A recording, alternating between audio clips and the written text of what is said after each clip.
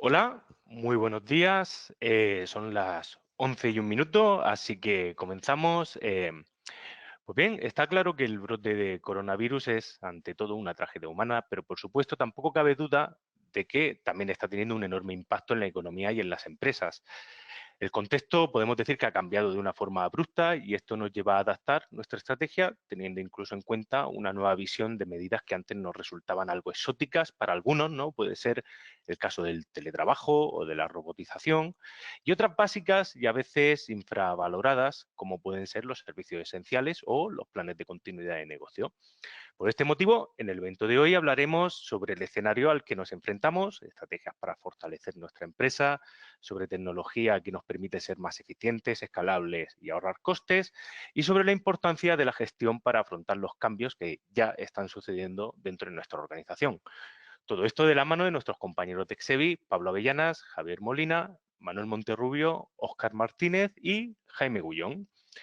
Y por supuesto, también estaré yo para acompañaros, que para quien no me conozca, mi nombre es Ramón García y soy el director de marketing y de recursos humanos de Exevi.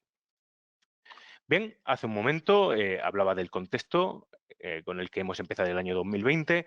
Es un contexto con muchas curvas en el sentido tanto literal como figurado. Ya conocemos la curva de propagación del contagio, esa curva que en cierto modo va guiando con su evolución las medidas que toman tanto gobiernos como empresas, pero hay otra curva que también nos preocupa y mucho, que es la curva de la economía. Nos preguntamos cómo saldremos de esta situación, con una recuperación en V, una recuperación en U, en L, o tendremos que lidiar con una recaída y asumir lo que ya se llama también comúnmente una W, ¿no? Ahora que el polvo comienza a sentarse, ya tenemos a nuestra disposición unas primeras previsiones. Por ejemplo, según BBVA Research, se prevé que entre 2020 y 2021 se recuperen rápidamente la mayoría de economías a nivel global, especialmente remarcable el caso de China. A la eurozona y a Estados Unidos, pues puede ser que les cueste un poco más. Y en el caso de España se apunta a un fuerte rebote en el último semestre. Parece que vamos hacia una recuperación en U, pero con un cierto riesgo de enquistamiento. Eso sí, esto es una previsión macroeconómica. La foto particular de nuestra empresa puede ser mejor o peor, dependiendo de cómo evolucione nuestro entorno, de las medidas que tomemos y de la estrategia y también de los planes de recuperación que se planteen. ¿Cómo podemos hacerlo? Pues anticipándonos a los horizontes o etapas que ya podemos vislumbrar. Esto es lo que nos va a permitir estar más cerca del grupo de cabeza cuando llegue la recuperación de nuestro sector. Pues bien, repasando las etapas, la primera de ellas ya la hemos pasado en gran medida, que sería la de resolver y en la que hemos abordado lo que serían también los desafíos más inmediatos. La segunda etapa sería la de resiliencia, donde principalmente abordamos la gestión del efectivo a corto plazo, los problemas ocasionados por cierres, vaivenes económicos y decisiones políticas. La tercera es la del retorno. Para esta etapa necesitamos elaborar un plan detallado de cómo vamos a reactivar el negocio y a escalar lo más rápido posible. El cuarto horizonte, la cuarta etapa, es la de reimaginar lo que será normal a la salida de la crisis. Recordemos que lo que estamos pasando es eso, una crisis, por lo que el contexto que teníamos al entrar va a ser muy distinto al que encontraremos al salir. Vamos a tener que reinventarnos en cierta medida. Y por último, la quinta etapa es la de reformar, teniendo ya claro cómo van a cambiar los entornos regulatorios, competitivos, todo en cada uno de nuestros sectores y fijarnos para ver cómo podemos ya adoptar una estrategia más a largo plazo. Bien, teniendo todo esto en mente, vamos a abordar la agenda de hoy, donde haremos un repaso a las herramientas que nos van a ayudar a ser más eficientes a lo largo de todo este viaje y para el que siempre estamos listos para acompañaros y contribuir de forma positiva de TechSevi. Dicho esto, también presentaros a Exevi, para quien aún no nos conozca. Somos una consultora especializada en estrategia y tecnología y dedicamos todas las horas del día a trabajar para contribuir al progreso del negocio de nuestros clientes. Por eso nos vemos y nos ven como un Sherpa digital que siempre está preparado para acompañaros en vuestros proyectos y ayudaros a que sean un éxito, al igual que hemos hecho con las ya más de 300 empresas que han confiado sus proyectos a Exevi desde el año 2008 y de las que podéis ver una pequeña muestra en vuestra pantalla. Dicho esto, termino ya con la introducción y damos paso a nuestro primer ponente de hoy. Se trata de uno de nuestros consultores senior, Pablo Avellanas, que nos va a hablar de estrategia de organización flexible, cómo ser más resistente frente a la crisis y adaptables y escalables frente a una recuperación. Así que le pasamos el control a nuestro compañero Pablo Avellanas para que pueda comenzar cuando quiera. Pablo, ¿estás listo? Sí, pues buenos días a todos. Como decía Ramón, yo soy Pablo Avellanas, trabajo en consultoría desde hace muchos años en Exevi y bueno, pues yo voy a hablar de la primera parte que es la estrategia de las organizaciones flexibles, ¿vale? El punto de partida es, bueno, pues partimos de una situación de crisis que nadie ha deseado y pues como siempre en una situación de crisis pues podemos reaccionar con improvisación o con metodología, ¿de acuerdo? El planteamiento que nos hemos hecho nosotros en Exevi es, al final, de lo que se trata, esto va a implicar en cualquiera de las empresas un cambio importante, una transformación, y por tanto, nosotros, pues la metodología que planteamos es pues algo en lo que llevamos trabajando ya unos cuantos años, ¿vale? Nosotros hemos desarrollado una metodología de transformación digital, lo que llamamos el modelo en 3 ejes, y consideramos que en este caso, puesto que tenemos que abordar en nuestra organización un cambio seguro muy importante, porque nuestra organización, nuestro entorno, nuestro mercado y la propia sociedad va a cambiar, pues así como en el caso de abordar un proyecto de transformación digital, el motivo es porque queremos mejorar y aprovechar la digitalización. En este caso, digamos que va a ser un motivo forzado, ¿vale? Bueno, esta metodología que hemos definido y planteamos el utilizarla en este momento, como decía, es una metodología en 3 ejes, el eje de la estrategia, el eje de las personas y el eje de la tecnología, todo ello orientado a pues, focalizarnos en el negocio y en la experiencia de clientes, ¿vale? Con la estrategia, pues de lo que tenemos que hablar es del modelo de negocio y la gestión de los procesos de nuestra compañía. En el eje de personas, pues cuál es la cultura y cómo gestionamos el cambio en nuestra organización. Y en el eje de tecnología, pues cómo aprovechamos las oportunidades que nos brinda la tecnología para innovar y para simplificar nuestro negocio, ¿vale? Este modelo, pues para lo que es transformación digital, pues existen los grandes modelos de grandes consultoras. Nosotros que llevamos más de 20 años trabajando en consultoría, conocemos bastante bien el mercado de la empresa española y hemos planteado un modelo, pues consideramos muy simple, muy compacto y que efectivamente pues, nos ayuda a evolucionar y a gestionar la transformación de nuestra compañía, ¿vale? Bueno, yo me voy a centrar en la parte de estrategia. Después, el resto de mis compañeros, pues Oscar Martínez nos hablará incidirá en la parte de cultura y gestión del cambio. Y en el eje tecnológico, pues Manuel Montorrubio nos hablará de cosas que tienen que ver con innovación, en concreto, pues toda la parte de teletrabajo. Y Javier Molina nos hablará de cosas que tienen que ver mucho con simplificación, con temas de robotización, ¿vale?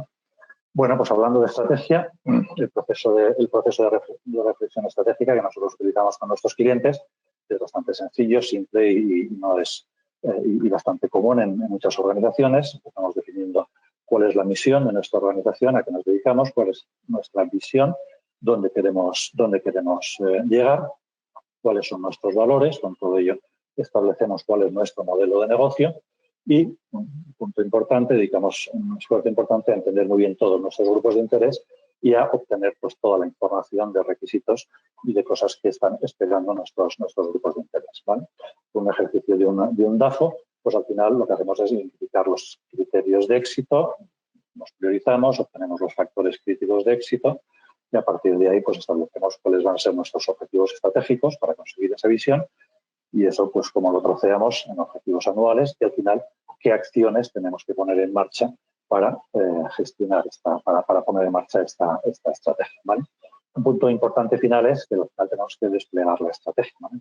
Una estrategia bonita y dejarla en papel no sirve de nada, al final tenemos que desplegarla. Bueno, pues un primer punto crítico que identificamos que afecta a la flexibilidad de nuestra empresa es cómo gestionamos las personas y cómo gestionamos el cambio. ¿de acuerdo? Bueno, otro punto crítico para la flexibilidad es el tipo de organización, ¿de acuerdo? Básicamente hay dos tipos de organización, una organización jerárquica, de arriba abajo, por departamentos, normalmente rígida, y una organización por procesos, en la que sobre esa estructura jerárquica pues establecemos los procesos estratégicos clave o de soporte, que es una organización mucho más flexible. Hablar en 2020 de la gestión por procesos a alguno le parecerá una broma, ¿vale? Esto es algo que surge en grandes compañías en los años 80. Desde el año 2000 las normas de los estándares de calidad lo incorporan, es decir, justamente si a estas alturas en España hay 20 o 30.000 empresas certificadas en calidad, pues se supone que 20 o 30.000 empresas deberían estar gestionando por procesos, porque ya desde el año 2000 la norma ISO 9000 nos incorpora la gestión por procesos. Bueno, la realidad es que nosotros 20 años después seguimos ayudando a compañías, a clientes nuestros, a poner una verdadera gestión por procesos, ¿vale? Porque la gestión por procesos pues, requiere pues, un ejercicio importante que no solamente es definir cómo hacemos las cosas, sino cómo gestionamos de forma diferente en nuestra compañía, ¿vale?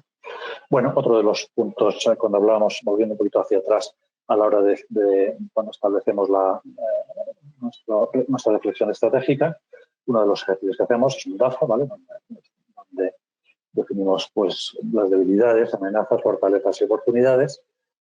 Pues hemos hecho un pequeño estudio estadístico de los proyectos que hemos hecho con nuestros clientes en los últimos 3 años y esta es la distribución entre debilidades, un 73%, amenazas un 7%, fortalezas un 10% y oportunidades un 10%. Esto es lo que en los ejercicios se han identificado, en los proyectos en los que hemos trabajado se han identificado. Si agrupamos debilidades y fortalezas, que es la parte interna, y amenazas y oportunidades, que es la parte externa, pues vemos que nos dedicamos mucho más cuando analizamos nuestra compañía y vemos hacia dónde queremos ir, dedicamos o identificamos muchas más cosas en nuestra parte interna como que en nuestra parte externa, ¿vale? Bueno, esto nos lleva a la reflexión de cómo podemos adelantarnos, ¿vale? Parece que estamos dedicando poco esfuerzo en adelantarnos, en prevenir. Los estándares internacionales hasta el año 2015 nos hablaban de acciones preventivas y nuestra experiencia también de muchos años es que pocas empresas le hacían caso a las acciones preventivas. Desde el año 2015 pues ya estamos hablando, las normas de todos los sistemas, 9.000, 14.000, 27.000, 20.000, nos hablan de incorporemos un análisis de riesgos y oportunidades. Bueno, pues nosotros lo que hemos hecho desde hace tiempo también es definir lo que hemos llamado el marco estratégico de riesgos estratégicos, ¿vale? Donde lo que tenemos que hacer es identificar riesgos asociados a normativa legal, a reputación, a estrategia de negocio, a operativa de negocio, a continuidad de negocio, a seguridad de la información, a gestión de datos personales. Veis que hay un montón de ámbitos en los que podemos gestionar riesgos. Bueno, pues al final, para no marearnos, tenemos un planteamiento de agrupar y gestionar los riesgos con una metodología y de forma integrada, ¿vale? Bueno, lo que planteamos ahora mismo en este momento en el que estamos es con esa reflexión que decíamos, que parece que cuando hacemos nuestra reflexión estratégica nos centramos mucho en el interno y poco en la previsión hacia afuera. Bueno, lo que planteamos es incorporar esta gestión de riesgos en nuestra reflexión estratégica. Como ejemplos para de qué cosas podemos plantearnos a la hora de qué riesgos deberíamos analizar en nuestra reflexión estratégica. Pues, por ejemplo, no parchear. Ahora mismo tenemos todos un riesgo conocido y seguro que que abordaríamos cómo reaccionar ante una pandemia. Bueno, pues hagamos un enfoque un poquito más global, de continuidad de negocio, más global. Otro punto importante es considerar la madurez de nuestra empresa y de sus personas para gestionar el cambio. Es fundamental para la flexibilidad de la empresa. No olvidemos la seguridad de la información, ¿vale? Ahora no tenemos una pandemia de salud, pues podríamos tener también una pandemia de seguridad, pues no nos olvidemos de la seguridad. Bueno, y por último, no olvidemos también las oportunidades, ¿vale? Pues un punto que planteamos es identificar todas nuestras capacidades, personas, instalaciones, información, recursos financieros, etcétera, y con nuestras capacidades evaluar el cómo reinventarnos con esas capacidades. Bueno, como conclusión de esta pequeña presentación, pues cuáles podrían ser los mecanismos para dirigir nuestra organización de una forma más eficiente en esta época de cambios. Pues planteamos las 4 cosas que hemos comentado en esta presentación. Establece y revisa tu estrategia. Asegúrate que gestionas el cambio para desplegar la estrategia.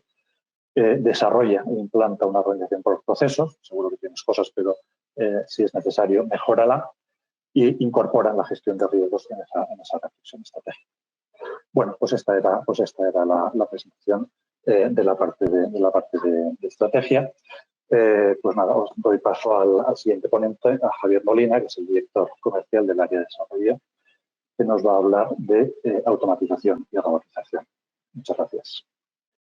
Muchas gracias, Pablo. Como comentaba, solamente un apunte. La parte de gestión de riesgos, dentro de lo que son los planes de retorno, hacer hincapié también en que conforme vamos hablando cada vez con más empresas es un punto donde se está poniendo mucho énfasis, porque dentro de los planes de retorno existen muchos riesgos que no habíamos tenido en cuenta y, como bien ha dicho Pablo, tampoco hace falta ir parcheando, pero bueno, este es un punto donde podemos hacer especial hincapié. Dicho esto, le damos paso, como decía, a Javier Molina, que nos va a hablar de robotización software. Javi, cuando quieras, tienes el control. Buenos días a todos y muchas gracias por asistir a este webinar de hoy. Lo primero, espero que estéis todos bien y toda vuestra gente también. Mi nombre es Javier Molina, como ya se ha repetido, y hoy me toca hablaros de un tipo de producto que nos puede ayudar a mejorar la eficiencia operativa en nuestra compañía. Esto nos va a dar escalabilidad y en definitiva nos servirá para funcionar mejor. Empiezo recomendándoos este libro, La Meta, de Laia Goldratt. Este libro lo recomiendo porque va a ser el hilo conductor de mi argumentación y realmente muy, muy buen libro. A mí me cambió la forma de ver los negocios en general. Bien, en líneas generales, cuando hablamos de una empresa, los indicadores más mundanos que tenemos es que nuestro beneficio va a ser siempre igual a los ingresos que tenga la empresa, menos nuestros gastos y el inventario. El inventario es todo aquello que hemos dejado a medio construir y por lo que nadie nos pagaría todavía. En una situación, a ver, un momento ahora. En una situación como esta en la que nuestros ingresos se han visto reducidos, nuestra primera reacción es, obviamente, al ver que bajan los beneficios, atacar a los gastos. Empezamos a recortar de todos sitios. Y esto, al final, desestabiliza la organización porque no podemos tocar estos KPIs de forma aislada. Si actuamos, tenemos que actuar en todos a la vez. ¿Esto qué significa? Nuestro objetivo no es reducir los gastos en estos momentos, es recuperar nuestro nivel de ingresos. Y para eso tenemos que hacerlo reinventándonos, como decía Pablo, cambiando nuestra forma de hacer las cosas, buscando siempre el ahorro en nuestra gestión operativa, no el ahorro por el ahorro, y reducir el inventario que generamos. De esa forma, obviamente, conseguiremos que suba nuestro beneficio y al final el mensaje es que hay que invertir, pero invertir con foco. ¿Eso qué significa? Vamos a tangibilizarlo. Al final, los euros que ponemos y que invertimos en nuestra empresa hay que ponerlos siempre en los cuellos de botella. Los cuellos de botella son aquellas piezas dentro de nuestros procesos operativos que limitan la capacidad de producción del sistema. Esto, bajándolo a la tierra, supongamos que yo tengo una fábrica, pues esa máquina que está siempre trabajando en las 24 horas del día sin parar, eso es un cuello de botella. Si lo que tenemos es una empresa de servicios, esas personas que están siempre al 120%, que no tienen un segundo para dedicarnos, esas personas son cuellos de botella. Entonces, ¿qué hay que hacer? Hay que invertir para ser más efectivos, para poder escalar nuestra producción y desbloquear esos cuellos de botella, ganando así capacidad. Y todos esos esfuerzos los tenemos que enfocar a que si empezamos un trabajo hay que terminarlo. No podemos dejar cosas a medias, ¿vale? Si tuviéramos o produciéramos tornillos, si no les hacemos la cruz para que se puedan atornillar, nadie nos va a pagar por eso. Entonces, Ya entrando un poquito en materia, ¿qué es un RPA? Un RPA es una solución que se basa en lo que se conoce como motores de sistema de reglas, que al final son unos software que nos van a permitir modelar procesos y orquestar todo el paso de información a través de nuestros procesos. Pero en este caso concreto, lo que da nombre a este tipo de producto es una pieza, un componente que tiene asociado ese motor de reglas, que son los RPAs. Un RPA es un pequeño software que instalamos en un ordenador y que lo que nos va a permitir es simular la interacción humana con el teclado y con el ratón. Esto, si os imagináis, nos va a permitir automatizar muchos procesos que hoy día hacemos 100% en el ordenador, ¿vale? Además de estos robots, nos va a permitir un RPA interactuar con aplicaciones como pueda ser Excel, PowerPoint, Word, con el gestor de correo, con aplicaciones de escritorio o aplicaciones web, con formularios, con sistemas de ficheros. Esto nos abre las puertas a automatizar todos esos procesos que trabajamos en la oficina, ¿vale? Pero ojo, que esto tiene sus limitaciones. Vamos a ver primero cuándo aplica y luego pongamos puertas al campo. Lo primero es que no vale cualquier tipo de proceso. Hay que buscar procesos que al menos supongan 50 horas al año. Aquí ya depende mucho de nuestro horizonte de amortización. Esto sería para amortizar a 2 años vista. Si queremos amortizar en menos, pues serán procesos que supongan más carga de trabajo. Tenemos que identificar, o es muy proclive, en procesos de baja cualificación, procesos donde hay una toma de decisión baja o nula. Procesos que, aunque mecánicos, tienen un alto grado de error humano. Pues, por ejemplo, picar datos en base de datos, en el CRM, en el que el 2 o el 3% de los datos introducidos pueden ser erróneos. Procesos que antes nos realizábamos por su coste o desproporcionado. Puede imaginar sondear a toda nuestra competencia su catálogo de productos. No haría falta una horda de becarios para ver tanta información. Procesos que son parcialmente automatizables. Esto lo explico con un ejemplo. Imaginad que queremos automatizar la entrada de pedidos en nuestra casa y del 100% de los pedidos, pues el 70% son de 3 o 4 proveedores habituales y el otro 30% es muy heterogéneo. Bueno, pues automaticemos esos proveedores habituales y el resto que lo siga haciendo una persona. Procesos con un alto volumen de trabajo y muy repetitivos, al final van a ser nuestros principales objetivos, ¿vale? Pero, como os decía, vamos a ajustar expectativas.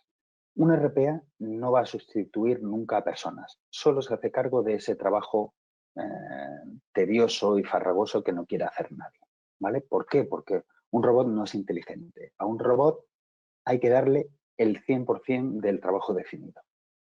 Es decir, si tenemos que elegir en esta situación hago esto o en esta hago esto otro, los criterios de selección tienen que estar tremendamente claros, porque a nada que cambie el contexto, el robot no va a saber qué hacer. Un RPA no hace magia, hay que buscar procesos que tengan sentido automatizar, porque si son demasiado complejos, puede salir más caro el collar que el perro. Con RPA no hay que automatizar todos los procesos en una casa, solo aquellos que cuando los analicemos, veamos el coste de implantar el proceso, nos salgan los números y el retorno sea notable.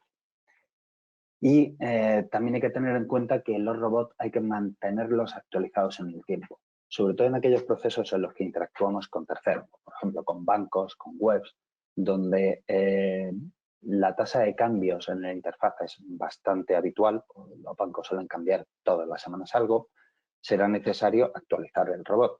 En aquellas situaciones en las que estemos automatizando procesos, por ejemplo, entre sistemas legacy que en nuestra casa no han cambiado en 20 años, no hará falta hacer nada. También tengamos en cuenta que un robot escala hasta las 24 horas. Esto significa que le podemos dar trabajo de procesamiento hasta 24 horas. A partir de ahí nos hará falta más robots. Y por último, si tenemos procesos que trabajan en paralelo, vamos a requerir más de un robot trabajando a la vez. Y como os apuntaba antes, no hay que automatizar el 100% de un proceso. Solo hay que automatizar aquellos casos en los que ya no sea útil. Si por el ejemplo que os ponía antes de los pedidos, Si con automatizar el 70% de los pedidos por 4 proveedores habituales ya me estoy ahorrando una cantidad de trabajo brutal, pues nos quedamos ahí, ¿vale? Por último, voy a poneros ejemplos de cosas que se pueden automatizar con RPA para disparar un poco vuestra imaginación. La conciliación bancaria. Podemos hacer que un robot se conecte todos los días a los bancos, se descargue los movimientos, genere el norma 43 y lo inyecte en el ERP para la conciliación. Podemos, como ya os he comentado, modelar toda la gestión de pedidos, desde la introducción en el ERP a informar a operaciones. Mantenimiento de CRM. Si, por ejemplo, hacemos un mailing y tenemos rebotes, podemos utilizar una página como pueda ser LinkedIn para buscar dónde está ahora ese contacto que ya nos rebota y actualizar nuestra base de datos. Recepción de avisos. Podemos monitorizar portales de proveedores, portales de la administración pública, para que cuando haya un aviso para la compañía se informe a la persona adecuada. Generación de informes, el típico informe que hay que preparar todos los meses mirando en 3 sistemas diferentes y analizando mucho Excel, que luego al final terminamos volcando en tablas dinámicas y gráficos. Presentación de documentación en portales oficiales, pues como puede ser el alta y la baja de trabajadores en la seguridad social. Análisis de mercado, monitorización de la competencia de sus productos, de sus ofertas. Todo eso se puede automatizar. Y por último, como ejemplo, pues el alta de un empleado. Cuando un empleado entra en la compañía, hay que darlo de alta en el directorio activo, en el GIS de la compañía, hay que darlo de alta en el ERP. En todos esos sistemas, todo ese proceso lo podemos tener automatizado y que sea automático 100%. Y con esto doy paso al siguiente ponente, que si no me equivoco es Manuel Monterrubio. Muchas gracias. Muchas gracias, Javier. Mientras damos paso a Manuel, el tema del RPA, seguro que muchos se han acordado de tareas que han tenido que hacer en el desescalado, pues imaginaos también en el escalado los cuellos de botella que también nos podríamos encontrar en gestión. Es interesante analizarlo. Dicho esto, como decíamos, damos paso a Manuel Monterrubio, que nos va a hablar de otro tema que también está muy en boga de todo el mundo, que es la parte del teletrabajo. Manuel, cuando quieras. Buenos días. Se ve mi pantalla, supongo, ¿no? Sí. Perfectamente. Vale, pues nada, soy Manuel Monterrubio, soy el director general de Exevi y yo me voy a centrar en darle mucha importancia al teletrabajo porque la está teniendo. Decíamos, no lo desmontes, mejóralo y aprovecha sus ventajas. Este era el título de la ponencia. Y es que el teletrabajo sí, pero avisando, hombre, es que esto ha sido un desafío de la noche a la mañana. Es que ha habido gente que se está comprando en el Amazon el famoso vinilo este para ponerlo detrás de la pared para que parezca que tienes una casa con una gran biblioteca, ¿no? Esto es que en 2019 había 1,5 millones de españoles que teletrabajaban de vez en cuando, de forma esporádica. Ahora mismo se calcula que estaremos entre 3 y 4. El máximo posible ahora serían 4,4 millones de españoles según los datos de ADECO y Randstad. Porque el resto de personas sí que parece ser que tienen que interactuar. Esto probablemente se irá cambiando, pero vamos, 4,4 sobre el total de la población española que trabaja, que ahora se ha reducido mucho, pero si eran 18, 10 y 20 millones, pues no está mal. Todos estos pueden teletrabajar, pero estos sí estaban preparados, estos no están preparados. Entonces, la realidad es que yo digo que ha habido grandes cambios en el mundo, algunos muy relevantes, como por ejemplo el descubrimiento de América, pero otros que no parecían tan relevantes como la vuelta al mundo de Magallanes y Elcano, pero que tuvo también muchos cambios, porque generaron cambios en geopolítica y en geoeconomía tremendos. Centro Europa bajó, España y Portugal se convirtieron en los dueños de las especias, que era como los frigoríficos del siglo XVI.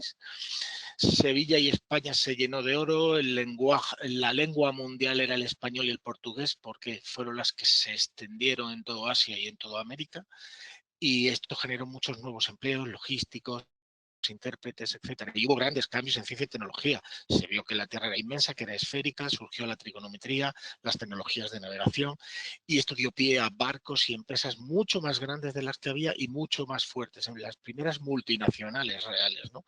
A nivel ya planetario.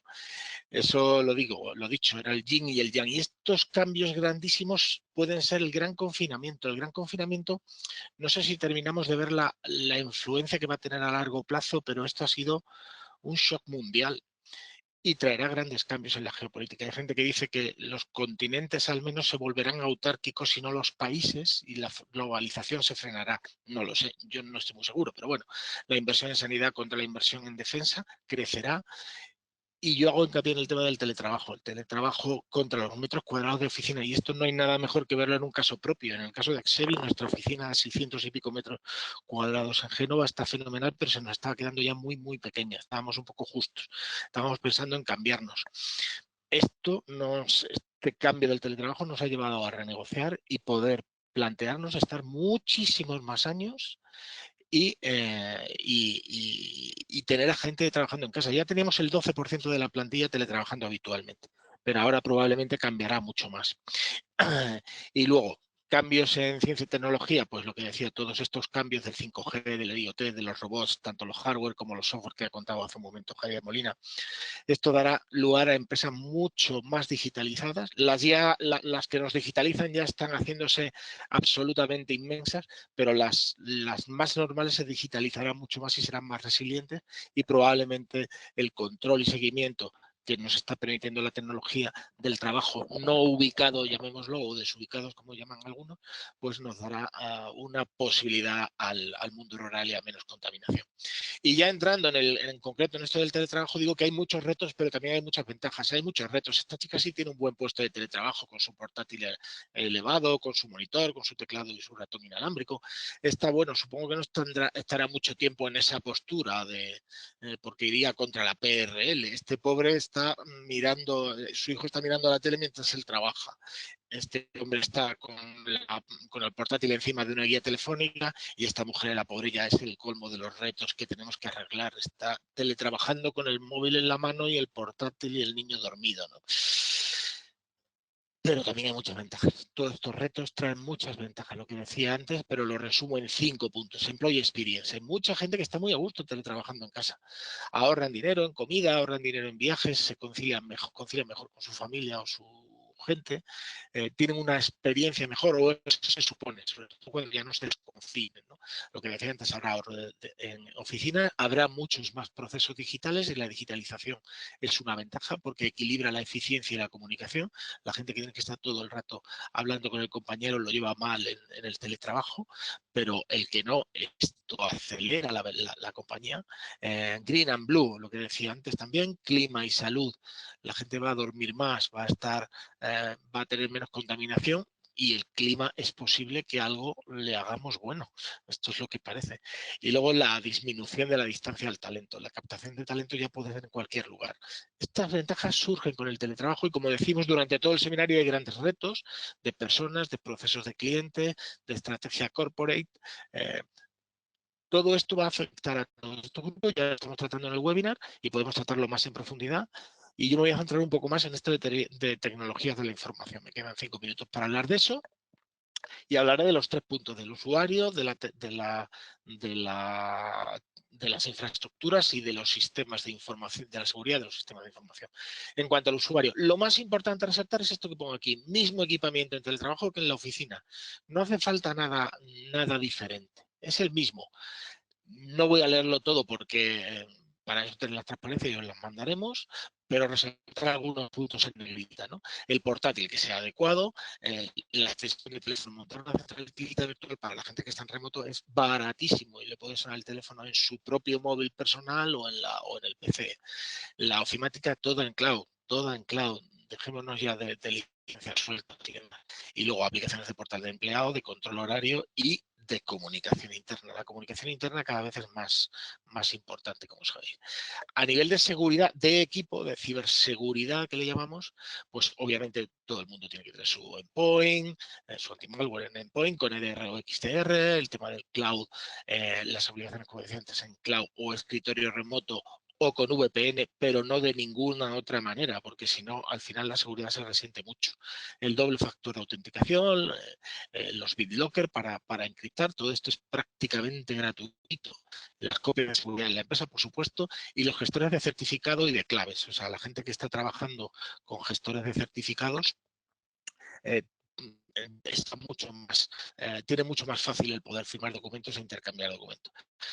Después de realizar todo esto, lo de siempre, hacer un roadmap de reconversión de puestos y ponerse a desarrollarlo. En cuanto a tecnología, bueno, resumen, salto digital, el resumen de esto es, da un salto digital y siempre que es posible que sea a cloud y a la mejor seguridad, mejor. Esta es la clave. En infraestructura de comunicaciones y cloud, pues lo mismo, revisa el equipamiento de CPD. En el CPD hay que dejar solo lo justo y necesario. Se puede llevar todo a la nube. El CPD tendrá que tener lo básico para el networking, el tema de la centralita virtual que decíamos antes, y a lo mejor algún sistema de ticketing para hacer que la gestión de las incidencias estén controladas, que esto también es gratis, es open source. Temas de infraestructura completa de servidores, todo a la nube. Hoy día se puede llevar toda la nube, las bases de datos, el IaaS, el PaaS, el ITAS. Con Exevi podemos hacer la migración a la nube poco a poco de todo y ya no tener que necesitar estar teniendo equipos en la oficina. Podemos disminuirlo mucho. Y por último, todo el tema de la ofimática, etcétera, etcétera. En la oficina hay que tener exclusivamente los servers que hagan falta, todo lo que se pueda, a cloud o un data center propio también, más que propio, subcontratado. Y la seguridad de la infraestructura, volviendo al asunto, revisar, no hay nada como revisarse contra el modelo de la guía NIST. La guía NIST, que aquí la pongo, la podéis encontrar en internet, al final trata muchas cosas, pero las más importantes son las que pongo aquí. El tema de la seguridad desacoplada, el Disaster Recovery o el BCP. Esto ante el ransomware es lo más importante. La copia de seguridad desacoplada, nadie había pensado en ello y es lo más importante. El tema del gestor anti-malware, el tema de monitorización o pentesting continuo, aquí hay soluciones muy baratas y que te permiten estar siempre monitorizando cómo estás, o montar un VSOC o subcontratar un VSOC 24/7 para adelantarse a los posibles problemas. Y lo que decía antes de gestores certificados, el que lo gestiona se gestiona desde la central, lógicamente, los certificados y las claves departamentales. Y lo de siempre, hacer un roadmap de reorganización de las TIC. Todo a cloud y la mejor seguridad. Y luego, por último, la ciberseguridad, diferenciarla del plan de seguridad de sistemas de información. Al final, antes teníamos las ciudades fortificadas, ahora ya vamos a tener a todo el mundo trabajando en su casa. Pues hace falta de seguridad de información no solo para la ciberseguridad, sino para más allá de gestionar las políticas y demás. Para ello, elige el marco referencial que más se ajusta a tu empresa, la 27.000, el ENS si trabajas con la administración, el NIST, la 22.301 si hace continuidad de negocio, etcétera, y despliega el servicio con apoyo si hace falta, hace un gap análisis, hace un roadmap y lo producís. En resumen, para concluir ya, ventajas del teletrabajo. Employee Experience, ahorro de oficina, clima y salud, transformación digital y procesos digitales, acceso al talento. Los retos los hemos contado durante toda la presentación, los más fáciles quizás sean los de TI y que se resume siempre todo lo de TI, hacer un gap análisis sobre estos marcos referenciales que he contado, de teletrabajo, del usuario, de la infraestructura y demás, hacer el roadmap y montar el servicio. Y gestionar el cambio que ahora os lo va a contar Óscar Martínez.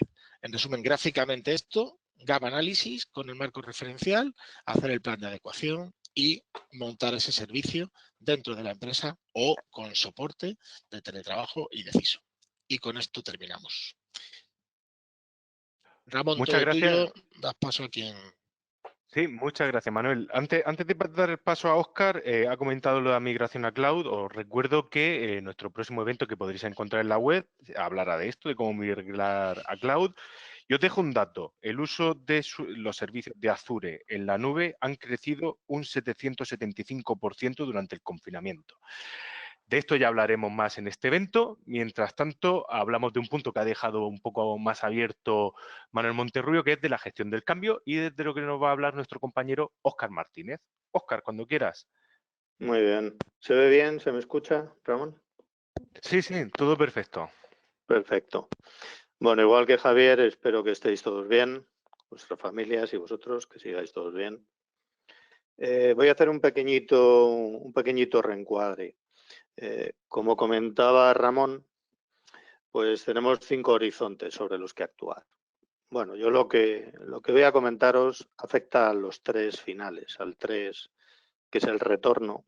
Tenemos que volver, hay que volver a poner la compañía en funcionamiento, pero ojo, las condiciones han cambiado. Tenemos que reimaginar nuestra organización y la tenemos que reformular. Claro, esto Me gustaría utilizar esta frase de Alvin Toffler, es escritor y futurista estadounidense, hombre que investigó y que se centró mucho en la revolución digital y que no solo primero se centró en lo que era la tecnología y el impacto que tenía sobre nosotros, sino que posteriormente se dedicó a investigar pues, todos estos cambios en la sociedad y en las personas. Y resulta que todo lo que él planteaba en este momento es absolutamente vigente. Es decir, estamos en una situación en que todo lo que hemos aprendido o todo lo que hemos estado haciendo según nuestro conocimiento o capacidades, en muchas ocasiones lo vamos a tener que desaprender y reaprender a marchas forzadas. Es decir, que esto lo vamos a tener que poner las personas al servicio de algo que nos ha comentado Pablo, y es, tenemos que desplegar la estrategia, tenemos que cambiar y tenemos que movilizar a las personas. Resulta que cambia nuestro contexto social, valores, creencias sociales, valores y creencias en nuestras empresas. Resulta que Manuel nos comentaba, bueno, es que el teletrabajo y las condiciones en las que las personas profesionalmente nos estábamos moviendo las compañías cambia. Ojo, ¿estamos todos preparados para esto? ¿Están nuestras organizaciones preparadas en sus formas de pensar, en sus programas de comportamiento para poder abordar esto?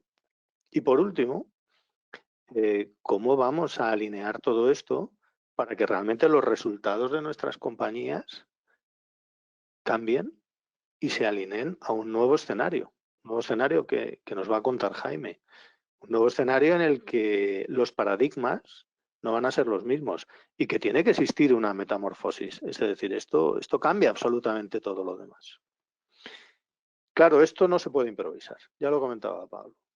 O sea, empezar a sacar soluciones de la chistera sobre la marcha sin haber hecho una reflexión previamente tiene muchos riesgos y tiene muchos peligros. Y nuestro planteamiento es que tiene que haber una metodología previa, es decir, no sabemos cuándo se nos va a presentar una situación crítica. No sabemos cuándo vamos a tener que afrontar un nuevo reto. Lo que sí que es verdad es que deberíamos de tener pensado que si surge, cómo hay que actuar. Nosotros lo hemos hecho. Nosotros tenemos una metodología que plantea de que si algo requiere ser reactivado, modificado o reenfocado de otra manera, lo único que tengo que hacer es coger el método y aplicarlo inmediatamente. Claro, ¿esto qué supone? Supone que la metodología, y esto nos ha ocurrido ya en bastantes casos, me encuentro que mi organización tiene un proyecto y técnicamente este proyecto puede estar cumpliendo con sus requerimientos.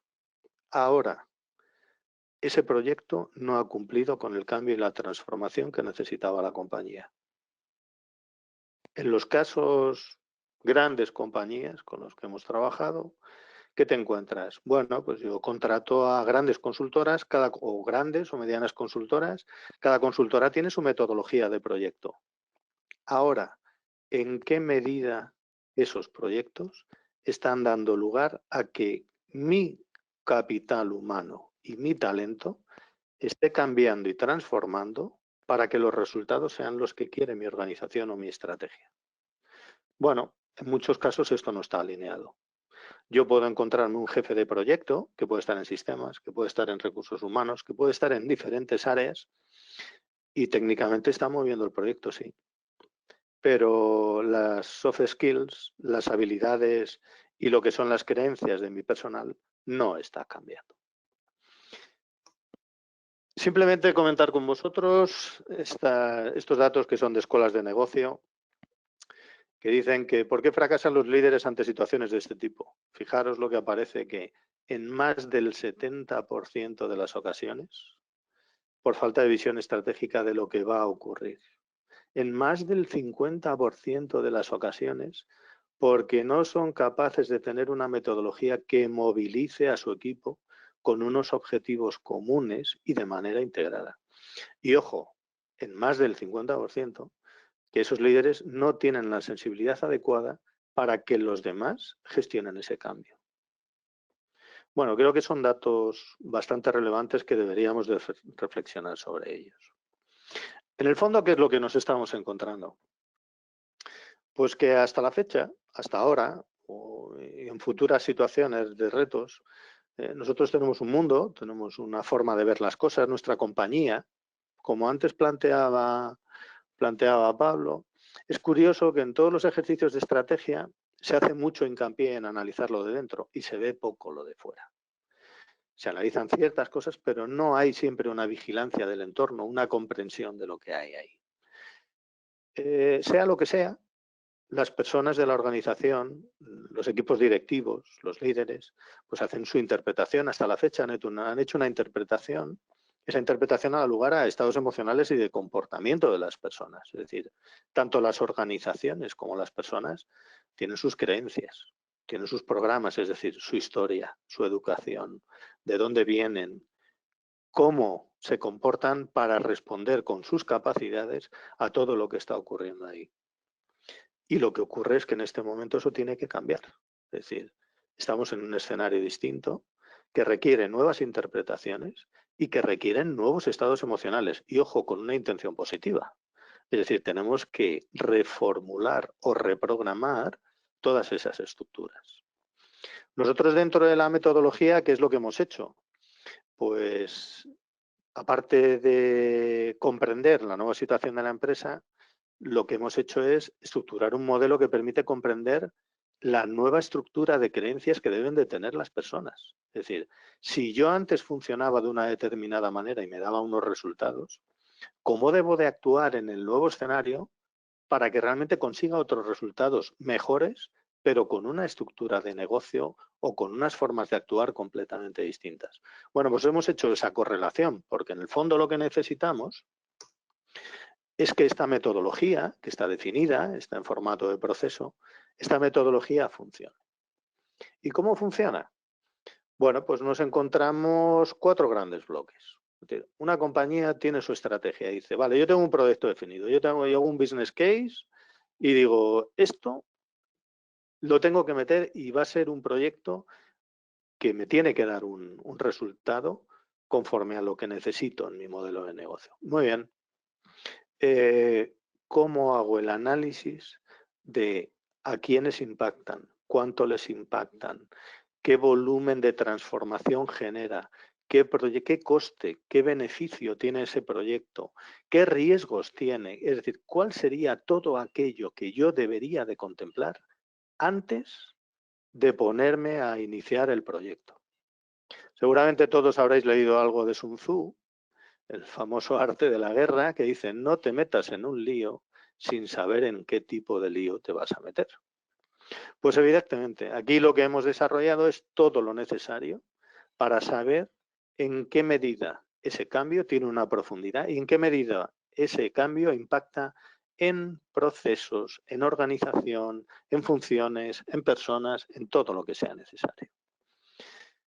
Hay un bloque segundo, evidentemente, y estamos hablando de que en medianas grandes compañías los proyectos de gran transformación o de gran cambio se contratan externamente. Bueno, es lo que comentaba anteriormente. Necesito garantizar que cualquiera que haga un proyecto de cambio en mi compañía lo haga conforme a las necesidades de transformación que requiero yo.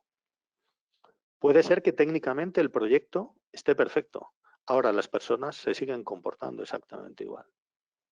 Desde allá de finales de los 90, pues hemos montado RPs, TRMs, etc. Y podíamos tener montado un aplicativo fantástico, pero al final la gente seguía comportándose igual. Tardaba años en sacar una explotación de esto.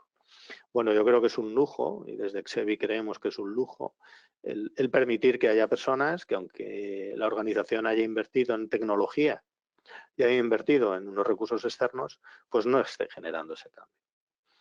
A continuación, lo que sería la fase de ejecución, es decir, qué es todo lo que tengo que hacer en acciones de comunicación, en planes de mitigación de los riesgos, en formación, en redefinición de puestos, en reformulación de procesos, etc. Y cuál va a ser la estructura del seguimiento de esa ejecución para saber si está cumpliendo con mi cambio.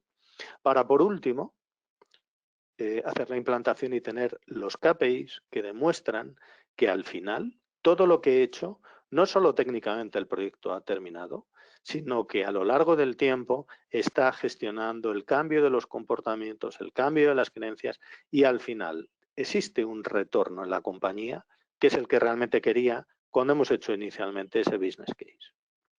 Para finalizar, simplemente presentaros dos plantillas en las que podéis ver, pues en compañías en las que ya se ha desarrollado, pues en función de un valor mínimo, de un grado de transformación que se tiene que producir, si está por debajo de un 15% no aplica metodología, pero si está por encima de un 15% sí. ¿Por qué? Porque el número de unidades organizativas que están por debajo tiene una relevancia, porque el volumen de procesos, porque empleados externos, internos, porque profundidad en cuanto a funciones, nuevas responsabilidades, dispersión, coste del proyecto, clientes internos, externos, o todo aquello que son aquellos aspectos en los cuales hay que moverles riesgos. Es decir, hay personas que van a perder poder, hay otros que lo van a ganar, hay unos que van a tener más funciones, otros menos, etcétera, etcétera, etcétera. Bueno, como veis, aquí hay mucho trabajo por debajo. En este caso, estos 10 minutos lo que pretendía era presentaros como conclusión, no improvisemos, tengamos claro qué es lo que hay que hacer, porque lo que necesitamos es garantizar que los resultados se van a conseguir tal y como habíamos definido. Muy bien. Por mi parte, todo listo. Muchas gracias, Óscar. Una parte muy importante, la de gestión del cambio. Y con esto llegamos ya a la última parte de nuestra agenda de hoy. Luego le seguirán las preguntas, que como decía, ya se siguen incorporando algunas. Y damos paso a Jaime Gullón, que nos hablará de lecciones aprendidas, ¿no? Jaime, cuando quieras. Buenos días a todos. Como Óscar, como mi compañero Óscar, espero que estéis todos bien y vuestras familias también y que este webinar que estamos desarrollando os sirva de utilidad. Yo voy a hablar un poco de la gestión, de cómo nos ha sorprendido esta situación de desastre, de cómo estamos dentro de la organización, qué podíamos haber hecho y sobre todo que probablemente alguno de vosotros ha dicho, demonios, esto lo teníamos que haber hecho antes. ¿Por qué no lo hicimos? ¿Cómo es posible que nos haya sorprendido? La primera reflexión que teníamos que hacer es qué nos ha ocurrido. En este momento las preguntas que os habéis hecho probablemente son del tipo ¿cómo organizo la actividad de la empresa en esta situación? ¿Cuáles son nuestras actividades, servicios críticos que nos están reclamando nuestros clientes y que tenemos que mantener sí o sí? ¿Cuáles son los planes de contingencia? ¿Cómo preparar la empresa para cuando finalice esta situación? A nosotros nos gustaría hacer una reflexión con vosotros desde el punto de vista de gestión de la empresa. Básicamente, ¿cómo gestionamos la empresa? Gestionamos la empresa de tal forma que vamos actuando sobre las cosas que pasan, en lugar de pensar e implantar lo que deberíamos hacer para que pasen. Si estuviéramos en directo, probablemente estaríamos preguntando, bueno, ¿en qué situación os encontráis con cada uno de vosotros? Realmente, si gestionamos sobre las cosas que pasan, ¿por qué no lo hacemos de la otra forma? Normalmente en nuestra experiencia nos encontramos que muchas empresas tienen pensamiento a corto. Lo importante es el próximo trimestre, el próximo mes, este año, no me hables del año que viene. Bueno, esto que ha pasado a mí no me va a pasar, porque yo ya estoy preparado.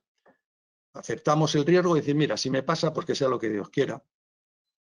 Simplemente no sabemos gestionar o no sabemos hacerlo. No tenemos tiempo, antes lo comentaba Javier, que podemos tener recursos al 120 con cuellos de botella, no tenemos tiempo. Oh, mira, esto son cosas de grandes empresas, la mía no tiene por qué hacer esto.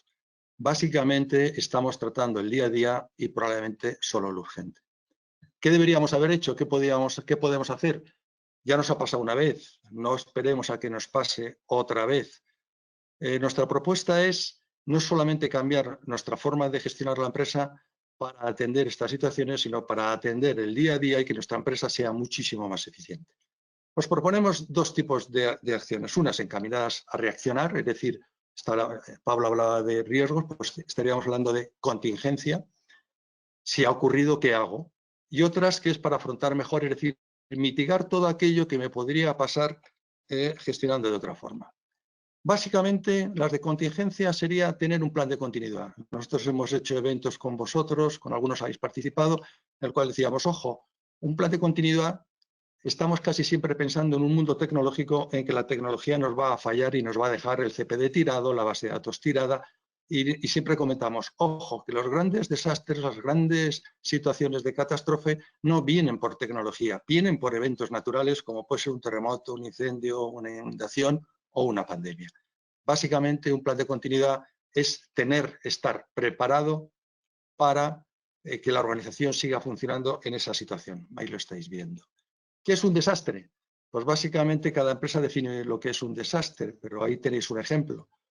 Un desastre es básicamente aquello que pone en peligro la continuidad de la empresa. Pero ojo, que puede ser un desastre a nivel mundial como estamos, o puede ser un desastre a nivel particular de una empresa que no puede acceder a su edificio o porque ha tenido una pérdida importante en una fábrica. En la empresa debería decidir cada una qué para ella es un desastre y que pone en continuidad el problema es la continuidad de su negocio. ¿De acuerdo? Algo que tenemos que tener también como contingencia es la disponibilidad. La disponibilidad se mide en términos más cortos, más pequeños, servicios que nos fallan, que nos puedo tener caído durante 1 hora, 2 horas, incluso en algunos sitios en minutos, pues es tener preparado esos planes de disponibilidad para volver a la normalidad lo antes posible. Esto normalmente no se aplica en una situación de desastre, salvo, como decimos, si realmente mi situación de desastre se prolonga mucho en el tiempo, tengo que estar muy pendiente de aquellos servicios críticos que yo tengo en la empresa y que en esta situación de desastre los tengo que tener disponibles sí o sí. Luego, importante, definir planes de contingencia y planes de disponibilidad, planes de recuperación de negocio y de disponibilidad. ¿De acuerdo? Las otras acciones, las proactivas, las que van más encaminadas, porque en el fondo estas acciones de contingencia son hechos que yo hago puntualmente a lo largo del año, que planifico, reviso, pruebo y actualizo. Pero las acciones proactivas van más encaminadas a mi día a día, aquello que decíamos que nos come el día a día, a lo urgente y a lo importante. Básicamente las empresas lo que pretenden, pues conseguir los objetivos, aquellos que fijamos en la estrategia que comentaban Pablo y Óscar, ¿no? Ahora, lo que no quieren las empresas, y lo estamos viendo ahora con los planes que nos están contando, es lo que no queremos es tener incertidumbres, porque básicamente la incertidumbre es el riesgo de no cumplir los objetivos. Luego lo que tenemos que tender es a una gestión que elimine dichas incertidumbres, pero no solo para el día a día, sino para que en situaciones en las cuales nos encontramos seamos capaces de recuperarnos mejor. Os vamos a contar, esta presentación es un poco densa, pero como hemos comentado anteriormente, os vais a tener la copia de la misma para poder trabajar sobre ella. Nuestra propuesta siempre se empieza, identifica aquello que es tu habilidad, la parte esencial de tu empresa, porque eso me va a permitir, evidentemente, protegerlo y escalar sobre ello. En una situación como la que tenemos hoy en día, el core competence es una suma podemos considerarlo como una suma de producto, unidades de negocio, que me va a permitir salir a nuevos mercados. Si yo identifico, fijaros que aquí no estamos hablando de productos, que hablamos de habilidades, de procesos, de secuencias, de know-how, de conocimiento, de forma de hacer las cosas. Por favor, identificar cuál es vuestro core. A partir de ahí yo seré capaz de identificar cuál es mi mejor modelo de negocio. Y ahora que estoy saliendo después de esta situación de desastre, tendré que, a partir de mi core, ver qué clientelas, qué clientes tengo, qué mercados potenciales tengo, y si veo que hay clientes potenciales que yo no los puedo abordar con mi core, ponte a trabajar para conseguir esa capacitación. Es importante porque propuesta de valor, una vez que tengo la propuesta de valor que me viene de mi core y mis clientes, por favor, trabaja cuáles son tus recursos clave y cuáles son tus actividades clave para conseguir que todo esto funcione. Una vez que yo tengo todo esto identificado, y ya lo ha comentado tanto Óscar como Pablo, la estrategia, haz un plan estratégico. Insistimos que esto es tanto paralelo, sirve para salir de esta situación como para mi día a día, para mantener mi empresa eficiente. Algo muy importante, se lo han mencionado en varias ocasiones, escucha. a tus partes interesadas, escucha, porque en las empresas, en las organizaciones, tenemos muchas veces, en ocasiones, puntos ciegos, áreas en las que no vemos o no somos capaces de interpretar la información. Si no tengo una buena información, no seré capaz de tomar una buena decisión. Mejora la eficiencia. Lo ha comentado Javier, a través de los RPAs, por favor, en nosotros nuestra experiencia, el valor operativo de la empresa lo tienes que identificar y lo tienes que mejorar. Entre el 30 y el 34% de las actividades que hacen las empresas no generan ningún valor operativo. Ese valor operativo que yo necesito tener para generar valor a mis clientes. Identifica y mantén los procesos que dan valor a tus clientes, aumentando tu eficiencia y aumentando tu valor operativo. Y por último, y también lo hemos mencionado, mejorar la gestión de los recursos humanos. Identifica quiénes son los recursos clave. Fomenta el liderazgo y promociónalo. Participe, que las personas participen en la empresa, que sea más transversal la empresa. Forma a los directores. Nosotros nos encontramos a veces que en la dirección hay muy buenos técnicos, pero no tan buenos gestores. Hay que formar gestores. La empresa la tenemos que gestionar, ¿de acuerdo? Y hace una fidelización de los recursos clave. Para concluir, ¿qué podríamos hacer a partir de ahora? Por lo que hemos mencionado es, revisa tu ámbito de actuación, mira realmente, revisa tu core competence, mira, aprende de ti mismo. Es importante que sepas qué es lo que haces bien, qué es lo que vendes, qué es lo que te hace estar en el mercado. Aprende de ello. Y si no es suficiente para salir de esta situación, mira a ver qué es lo que te está pidiendo el mercado y actualiza tu empresa. Redefine el modelo de negocio en función de eso, cómo te diriges a tu mercado, qué actividades son las claves para ti, qué recursos necesitas y, por supuesto, actualiza la estrategia. Con eso buscamos generar más valor, ampliar oferta, diversificar. Por otra parte, tu eficiencia operativa, lo comentaba Javier, por una parte no se trata únicamente de reducir costes, pero sí es conveniente reducir los costes, ser más eficiente. Revisa tus procesos operativos para quitar esa morralla que tenemos, mete RPAs, sustituye aquellas cosas que no te están sirviendo para nada y sobre todo que no me aportan ningún valor a mi cliente. Automatiza los procesos. Mencionaba Manuel Monterrubio, teletrabajo, es una forma probablemente de ahorrar y de ser más eficientes. Gestiona el cambio y gestiona los riesgos. De esta forma vas a mejorar la eficiencia y flexibilizar la empresa, que me va a permitir salir mejor y sobre todo y también me va a permitir estar mejor preparado no solo para situaciones de desastre globales, sino para situaciones de mi propia empresa y que me pueden ver originadas por el mercado, por la competencia o por los clientes. Y por último, y por favor, no lo olvidéis, ya sabemos que es la contingencia, pero no sabéis la cantidad de peticiones que ha habido por parte de las empresas para, por favor, queremos un plan de Disaster Recovery, un plan de recuperación de continuidad de negocio. Defínelo, manténlo y haz los planes de disponibilidad. Muchas gracias. Muchísimas gracias, Jaime.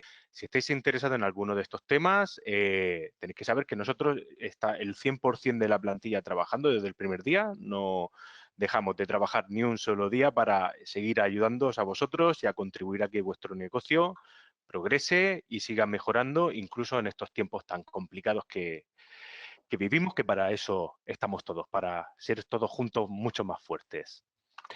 Y con esto ya termino. Daros a todos las gracias, a los ponentes, a los asistentes. Deseo que, bueno, estos días tan complicados que estamos pasando todos se lleven lo mejor posible, pero sobre todo que se mantenga lo más importante de todo, que es la salud vuestra y la de todos vuestros familiares. Un saludo y muchas gracias y mucho ánimo. Hasta luego. Un saludo, adiós.